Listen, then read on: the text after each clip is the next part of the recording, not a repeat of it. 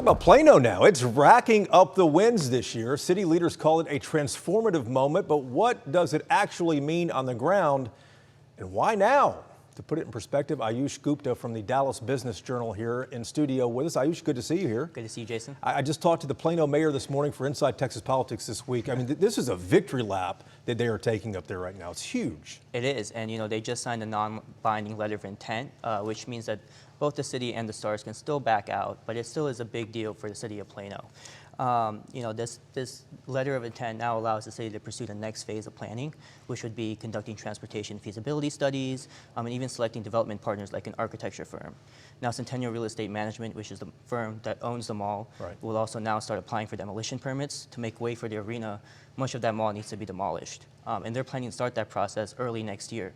In terms of opening, I was told that that timeline would be aligned with the Dallas Stars lease at American Airlines Center, which is set to expire in 2031. So in the next 5 years, that site could be looking a lot different. Yeah, indeed it probably will here. What has the reaction been in Plano, though? Because a lot of folks are excited about this, but obviously people are concerned, too, about traffic being one of the big deals. But what's the reaction you're hearing? To be honest, the city council meeting this week got a little bit rowdy. Yeah. A lot of residents, especially those who live closest to the mall, are really concerned about traffic, noise and light pollution, impacts to their property values, taxpayer costs, things like that. And others are even skeptical rather that the Dallas Stars are fully committed to the city of Plano. And they cited recent examples like the Chicago Bears' recent announcement to leave Chicago to go to Indiana. We know the Oakland Raiders left California to go to Las Vegas. And so people are a little concerned about that. So it hasn't been all positive, but I hope residents are hoping that their concerns get addressed here in the future. Yeah, and let's zoom out for a moment here. Just last week, news broke that Samsung plans to move its headquarters to Plano. AT&T obviously moving its global headquarters from downtown Dallas to Plano as well. The Stars we've been talking about here. Why is Plano seeing so much development right now? This is intentional, but give us some background. What's behind it? Plano continues to benefit from the Metroplex's northward push. Today businesses want to be close to fast-growing population centers. They either want to be in there or located nearby it. And Plano sort of checks all the boxes that they're looking for. And I recently spoke to a national site selector who said that at the end of the day, companies just want to minimize risk, and when they see major employers like AT&T, Ericsson, Samsung, Toyota already set up shop in Plano or want to set up shop in Plano, it makes that market seem a little bit less risky because that risk has already been taken by others and it's already proven to be successful.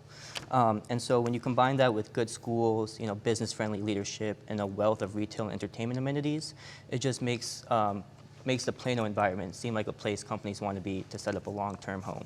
We had your editor on an episode of Y'all-itics not too long ago, our podcast, and one of the questions that we were talking to him about and want to ask you about, just out of curiosity, I mean, you guys do a fantastic job at the Dallas Business Journal. Is it true to say the business center of gravity has moved north? Up 75 up the tollway? Because people in Dallas take a lot of exception to that, but is that true? It is true, and we joke around in the office that maybe it's time to call DFW instead of DFW, maybe we should call it PFW. Because at this point, it really is taking Dallas and pushing it north. Wow. And you can see that with all the growth, with all the interest from businesses and companies, especially residents. It seems like the north is the place to be. Wow. Yeah, I'm sure a lot of people in Dallas, businesses and Dallas government might take exception to that, but indeed, Plano has racked up wins. They've worked hard to get where they are, and now it's up to Dallas to turn things around for the city center here too. We'll see what happens, Jason. We will indeed. Ayush, thank you so much for the input and the context. Thank you. Thank you so much. All right.